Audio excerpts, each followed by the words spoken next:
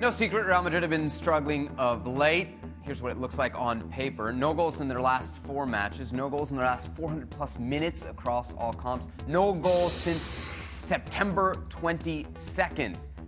No surprise, the Spanish papers not handling this well. Crisis at Real Madrid. Let's bring in Sid Lowe for some perspective here. Sid, is crisis the right word to use for what's happening at Real Madrid?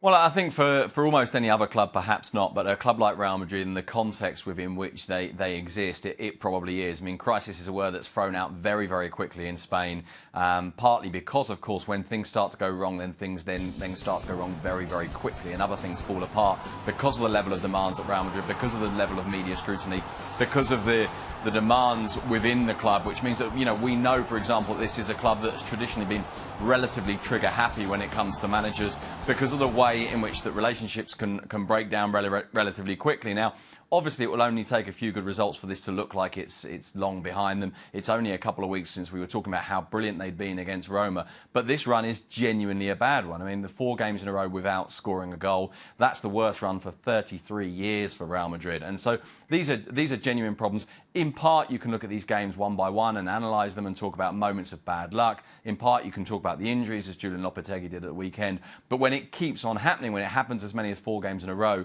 then you do start to be concerned about there being slightly deeper problems from Real Madrid's point of view. You mentioned Lopetegui. What's his role in all of this, and how hot is his seat right now? Well, his seat is extremely hot right now, and I was in Vitoria at the weekend when they lost to Alaves, and there was a very kind of a clear sense of sort of whispers going around in the area underneath the stand after the game of people saying, they couldn't actually do this, could they? Could Real Madrid actually sack him? And certainly what we do know is that there are people on the board who believe that they should sack him, they should act now. There are others who think they shouldn't. There are others who don't yet know it. And of course, Florentino Perez, the president, who will ultimately have to make the decision, will listen to those people, and it is possible to persuade him, and it is possible to kind of nudge him in a certain direction. I think it's very clear that Lopetegui is in a dangerous position at the moment. I think it's very, very clear that Real Madrid don't want to act just yet. But bear in mind that the next game, of course, is Levante at home. They would expect to win that and win it well. And then the one after that is the Clásico. And I think that will be a game that will go a long way to telling us what Lopetegui's future is in the mid-term and, of course, possibly as well in the very, very short term. Real Madrid in crisis. Barcelona, not much better as we take a look at the top half of the La Liga table. Sevilla right now, your front runners. Barcelona dropping points on the weekend against Valencia. Sid, how bad are things at Barcelona? What's going on with this team? Well, I mean, there are certain parallels to what's happening at Real Madrid, and Julen Lopetegui said it quite well at the weekend after Real Madrid had been beaten. He said, look, in the worst-case scenario, we're going to be 3 points off the top of the table. The worst-case scenario didn't happen because Barcelona were unable to beat Valencia, so they're 2 points off the top of the table. It's Sevilla who are up there, which we didn't expect.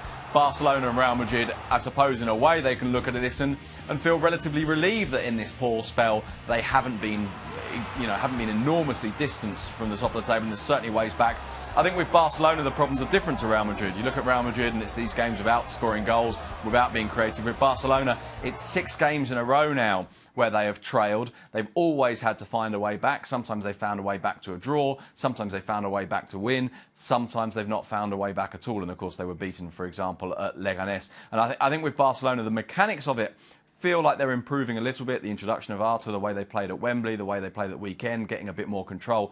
But it's not that easy to find a way through very defensive sides. And when you defensively are gifting goals, as Barcelona are doing at the moment, it's very difficult to overcome that.